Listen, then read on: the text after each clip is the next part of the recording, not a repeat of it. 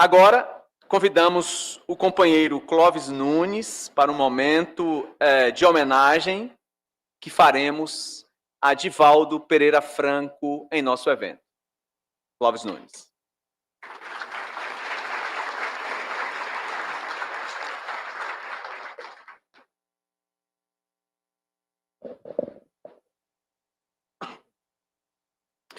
Senhoras, senhores, caros irmãos do ideal espírita, que nos abençoe Jesus, o mestre incondicional das nossas vidas. Eram com essas palavras que o maior tribuno que conhecemos, Divaldo Pereira Franco, utilizava para saudar as plateias das suas brilhantes e irretocáveis conferências. Ninguém sabia explicar que voz era aquela, porque ele se tornou um campeão de lotação de auditórios. Em todas as cidades que percorria, caravanas viajavam de cidades próximas e distantes para superlotar os auditórios para escutá-lo. Não usava nenhum audiovisual. Não usava recursos tecnológicos. Mas prendia com seu carisma, com a sua eloquência, com a sua oralidade inspirada. E ninguém, depois da primeira vez que o escutou, ficava sentado para aplaudi-lo. Esse homem incrível, que se transformou num fenômeno, principalmente um fenômeno de trabalho, nasceu em nossa cidade. Quis o destino que no ano de 1927, quando o nosso planeta tinha cerca de 80 nações no máximo, 2 milhões de habitantes, o mundo espiritual escolheu a Praça Froz da Mota para que ele reencarnasse sob os céus de Feira de Santana. O curioso é que alguns meses antes do seu nascimento, a sua mãe, que já tinha demorado muito tempo do último filho, vendo sua barriga crescer, acreditou que estava de barriga d'água e foi fazer uma consulta de um médico. O doutor examinou-a e disse: Dona Ana, a senhora não tem barriga d'água. A senhora está grávida. Mas como engravidou aos 44 anos, o seu óvulo é muito velho. É aconselhável que a senhora faça um aborto, porque o seu filho pode nascer excepcional. Ele não será normal. Ela saiu dali, surpresa, estupefata com a ideia da gravidez, mas não acatou o conselho do médico. Resolveu ter o filho. Era o 13º filho daquela mulher. Ela poderia não optar. Depois de 12 filhos, quase todos crescidos. Mas ela resolveu tê-lo. E se ela não resolvesse, o mundo não teria conhecido Divaldo Pereira Franco se ela tivesse abortado. No dia 5 de maio, ela teve o seu filho, de 1927. O médico que lhe fez o parto, curiosamente, o doutor Quintanilho Martins da Silva, era pai do odontólogo e ex-prefeito desencarnado de Feira de Santana, Cober Martins da Silva, avô do atual ex-prefeito, também médico como seu avô, Cober Martins Filho. Ele recebeu nas mãos o reencarne no corpo físico do espírito de Divaldo Pereira Franco. O 13º filho de uma família pobre, da modéstia classe do Nordeste brasileiro. Naquela época, Feira de Santana já era a maior cidade da Bahia, mas tinha apenas 45 mil habitantes. Estava num país agrário e numa cidade que espelhava muito mais uma zona rural do que uma grande metrópole como hoje. Divaldo frequentou as escolas públicas. Conseguiu ir até, no máximo, ginásio, no Colégio Santanópolis. Mas desde os 4 anos de idade, o seu parapsiquismo abriu-lhe as comportas do fenômeno mediúnico, quando pela primeira vez ele viu a sua avó. E revelou à sua mãe que ela estava presente ali na sala. Ficou todo mundo aturdido. Mas quando ela deu o nome de senhorinha, as tias, os parentes, todos reconheceram depois. E na hora, as lágrimas vieram na família, porque pensavam que ele estava delirante. A mãe reprimiu de primeira mão, porque ele poderia estar desrespeitando a avó. Quando ele nasceu, as avós já tinham morrido, ele não sabia o que era avó. Mais tarde, ele não parou de ver espíritos, a partir daquele dia. Quando ele tinha 16 anos, o seu irmão José desencarna de uma maneira súbita. No velório desse irmão querido dele, ele sentiu as pernas sumirem. Saiu dali direto e ficou acamado. Foi consultado por muitos médicos, mas ficou por 6 meses com paralisia das pernas. Até que um dia uma senhora, de nome Ana Borges, médium espírita, famosa na época pela sua mediunidade, estava de passagem em Feira de Santana. E uma prima de Divaldo sugeriu que a família aceitasse a visita dessa mulher para lhe dar um passe. Com uma cura que não chegava, com a doença que não era diagnosticada. Ninguém sabia o que o adolescente tinha. Ela, com sua percepção e experiência mediúnica, descobriu que o irmão do Divaldo o acompanhava.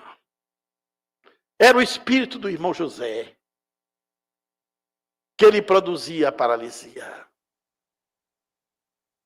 Imediatamente depois dos passes e da assistência espiritual que estava com ela, Divaldo levantou da cama e caminhou depois de 6 meses.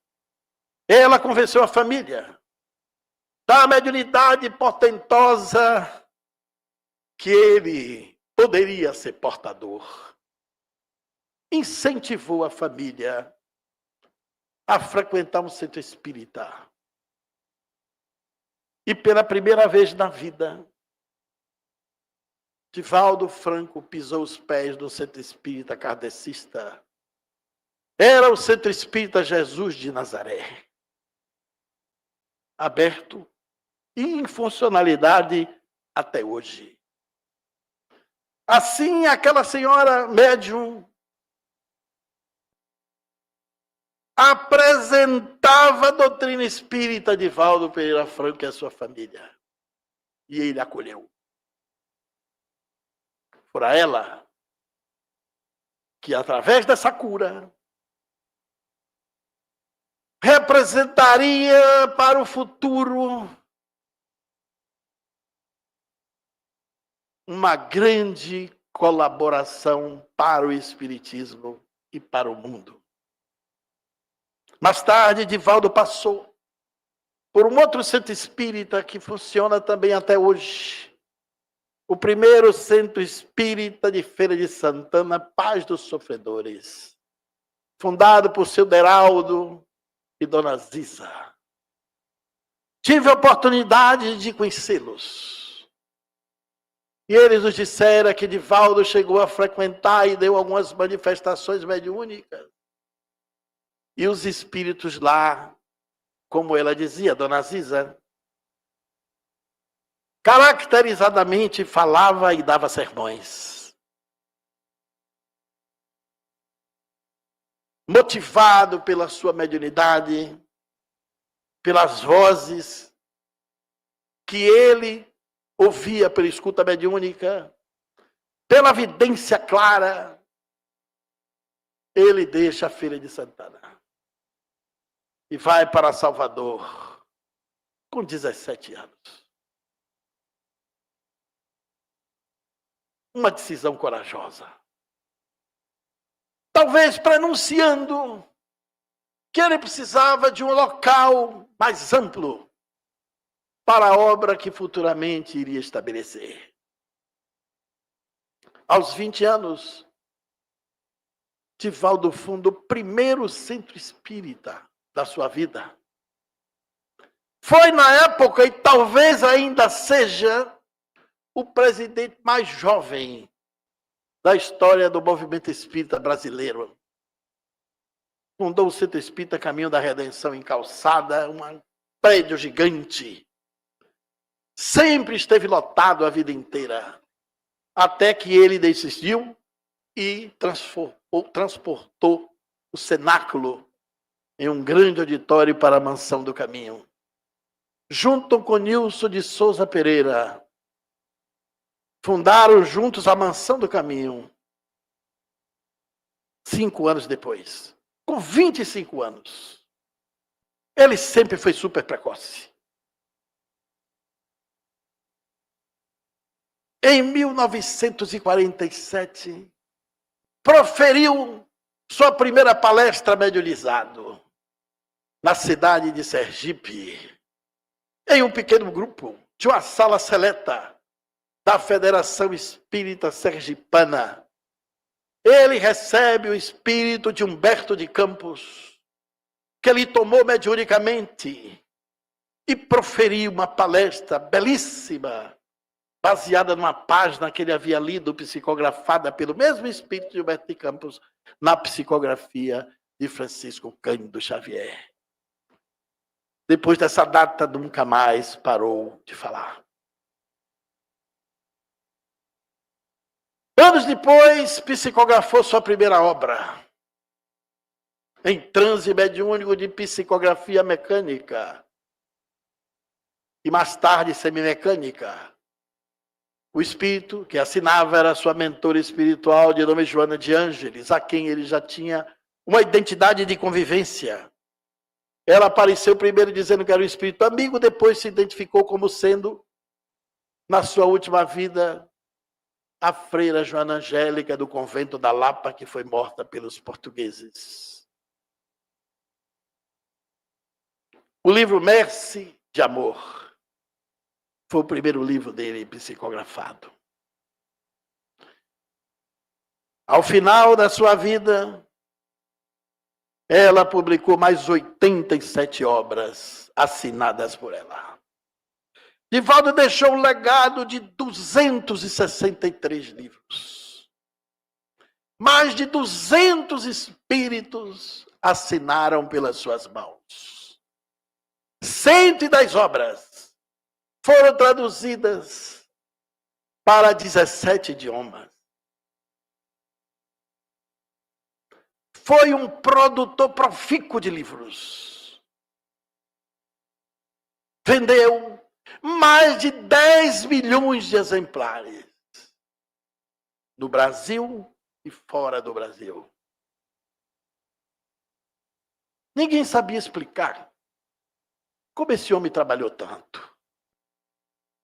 Porque além dessa produção literária, das atividades que ele tinha na casa espírita, 2 palestras doutrinárias por semana, 2 sessões mediúnicas, porque ele tinha uma na Mansão do Caminho, outra em Calçada.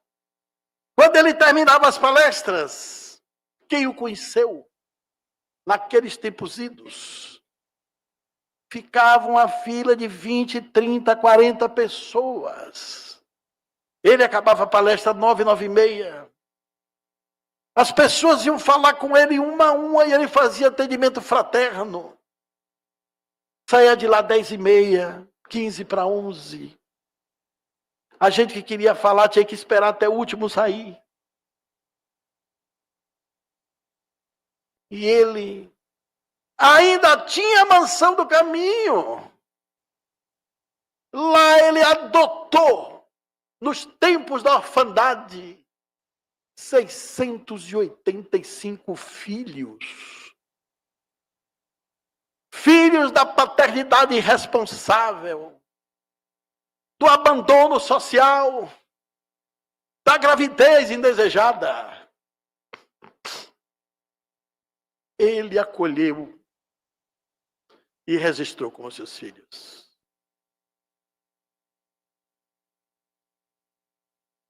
Construiu um sistema de lares substitutos, onde voluntários casados criavam 5, 6 crianças em cada casa. E ele dava escola, comida, carinho, afeto e educação de primeira classe.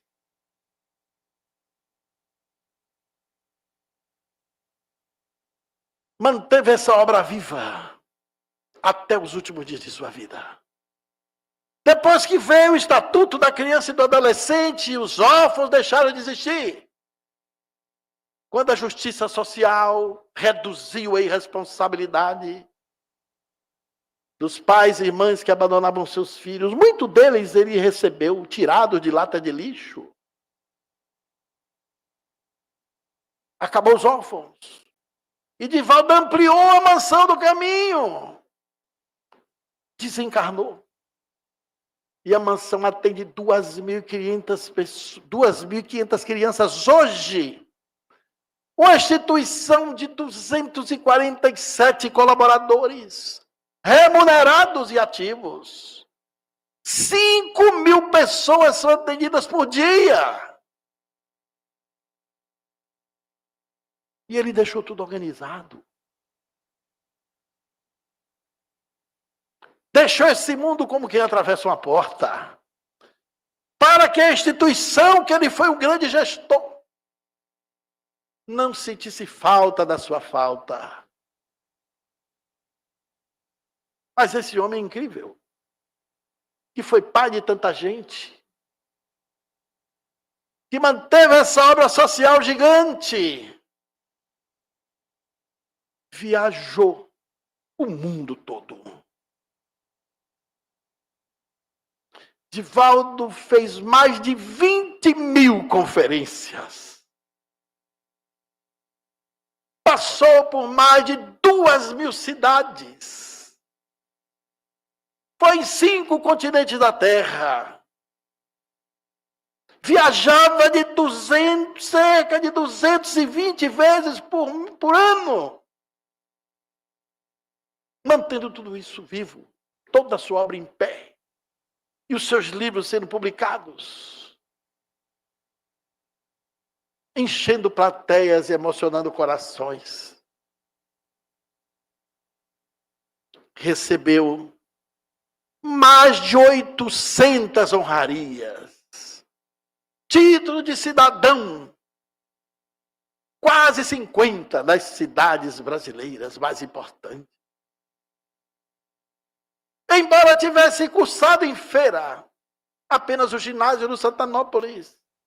Recebeu 6 títulos de doutor honoris causas da Universidade Federal da Bahia, da Universidade Federal do Piauí, da Universidade Federal de Pernambuco, da Universidade do Canadá, da Universidade de Viena, na Áustria, e da Universidade dos Estados Unidos da América do Norte.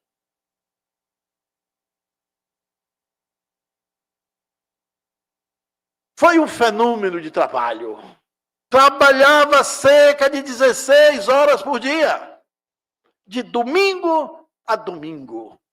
Ninguém nunca viu Divaldo num teatro, num cinema, na praia, num campo de futebol, torcendo por um time.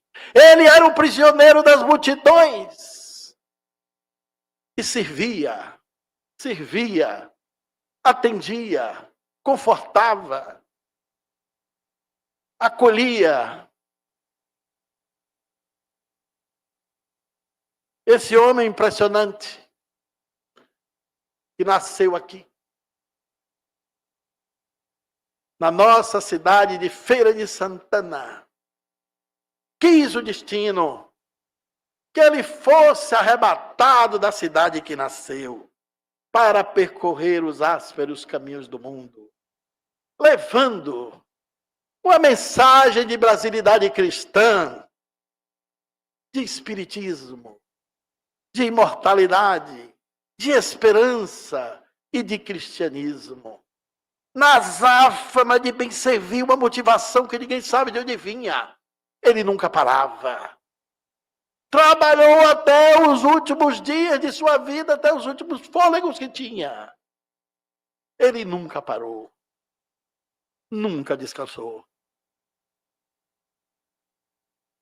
Por isso, com esses números tão grandes, eu tenho aqui uma proposta.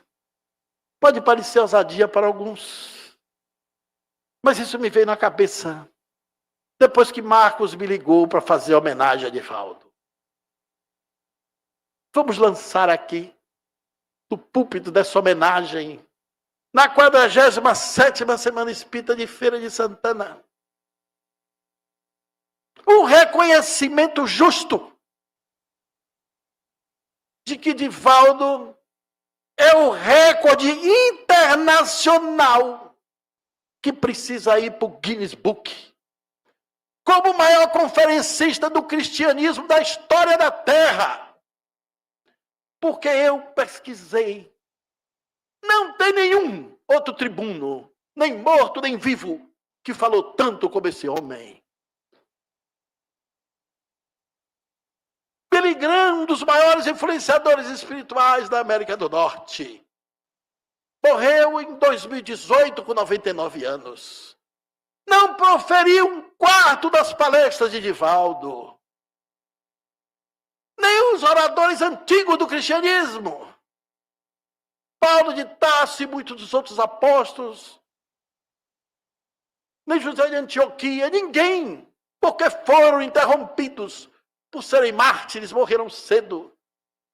Nem Martin Luther King Jr., que falou numa passeata nos Estados Unidos que atraiu mais de 60 mil pessoas negras em favor dos direitos civis, falou tanto quanto Divaldo. Ele foi o maior orador cristão de todos os tempos, de todas as épocas. E na história do cristianismo não teve outro.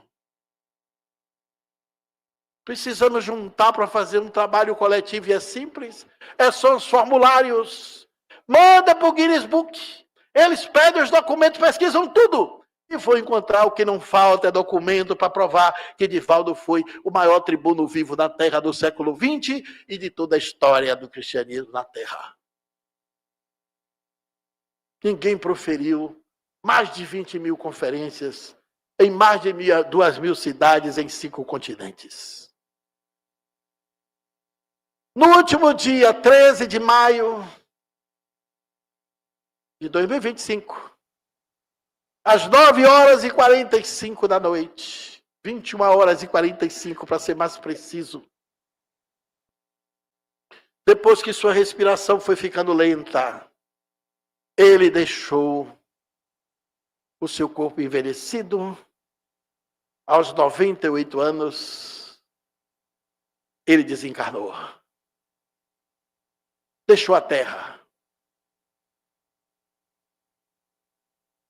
Antes de ser sepultado, pediu que fosse tudo simples. Não queria cortejo. Poderia ter 3 dias de visita no velório. Pediu que seu esquife do caixão fosse fechado, para ninguém esquecer da sua face sorridente. Ao lado do caixão tinha um retrato, uma foto, uma pintura, com ele sorrindo. Não pediu cerimônia, não quis glória, não quis reconhecimento público.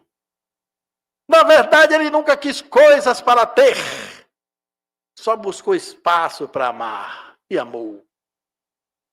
Deixou o legado, o perfume dos seus feitos, sua história, seu exemplo, sua vida, suas palestras inesquecíveis, seu carisma, sua bondade e sua postura de espírita é para todos nós um verdadeiro poema da gratidão.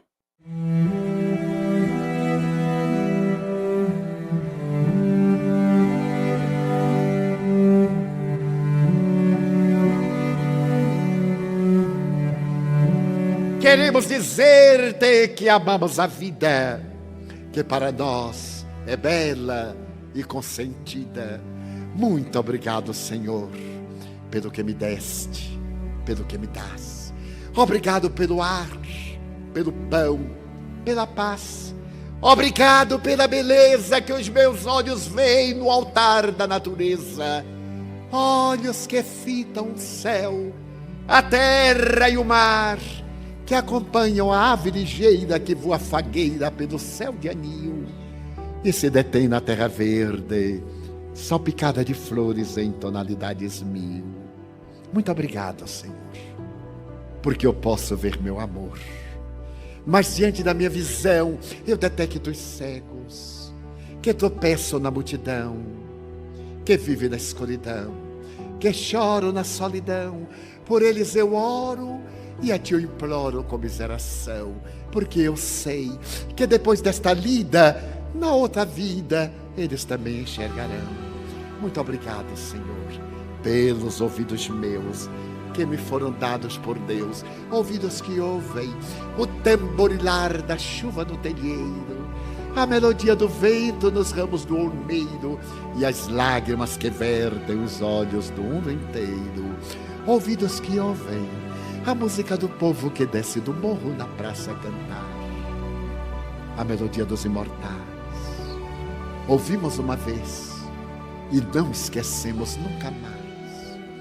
Pela minha felicidade de ouvir, pelos surdos eu te quero pedir. Eu sei que depois desta prova na vida nova voltarão a escutar. Muito obrigado pela minha voz, pela sua voz, pela voz que canta, que ama, que alfabetiza, que legisla, que trauteia uma canção e o teu nome profere com dúlcida emoção. Diante da minha melodia, eu encontro na terra os que sofrem de afasia, não cantam de noite, não falam de dia. Oro por eles, porque eu sei que depois desta lida na outra vida, eles também cantarão. Obrigado pelas minhas mãos, mas também pelas mãos que amam, mãos que semeiam, mãos que agasalham, mãos de ternura, mãos que libertam da amargura, mãos que atendem a velhice, a dor, o desamor, que enxugam as lágrimas das vidas, pelas mãos de sinfonias, de poesias, de cirurgias, de psicografias, pelas mãos que no seio embalam o corpo de um filho alheio sem receio, e pelos pés que me levam a andar sem reclamar. Muito obrigado, Senhor, porque eu posso caminhar diante do meu corpo perfeito. Eu te quero louvar, porque eu vejo na terra aleijados, amputados, marcados, paralisados, que se não podem movimentar, eu oro por eles, porque eu sei que depois desta expiação, na outra reencarnação, eles também bailarão. Obrigado por fim pelo meu lar. É tão maravilhoso ter um lar. Não é importante se este lar é uma mansão, um duplex, ou é uma favela, um ninho, um grabato de dor, um bangalô, uma casa do caminho, seja lá o que for, mas que dentro dele exista a presença do amor. Amor de mãe, ou de pai, de mulher, ou de marido, de filho, ou de irmão. A presença de um amigo, alguém que me dê a mão, porque é muito triste viver na solidão. Pelo menos a companhia de um cão. Mas se eu a ninguém tiver para me amar, nem um teto para me agasalhar, nem uma cama para repousar, nem aí reclamarei. Pelo contrário, eu cantarei. Obrigado, Senhor, porque eu nasci. Obrigado, Senhor, porque eu creio em Ti. Pelo Teu amor. Obrigado, Senhor, pela Sua atenção. Muito obrigado, senhores.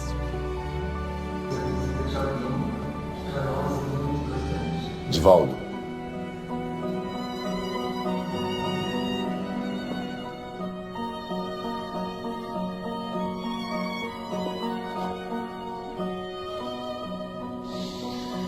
Aqui deste lado, é exatamente como você disse. Estamos todos vivos.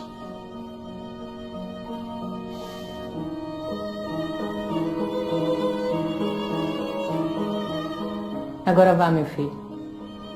Entre lá, olhe bem nos olhos deles, diga e repita 1000 vezes que a morte não existe.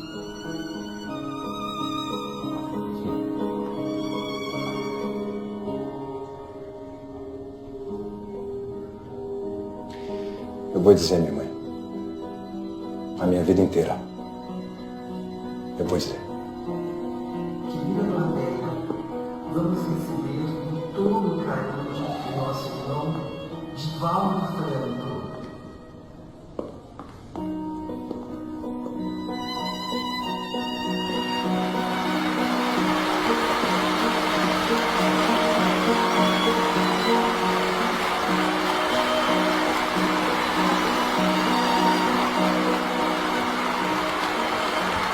Senhoras, senhores, nossos votos de muita paz.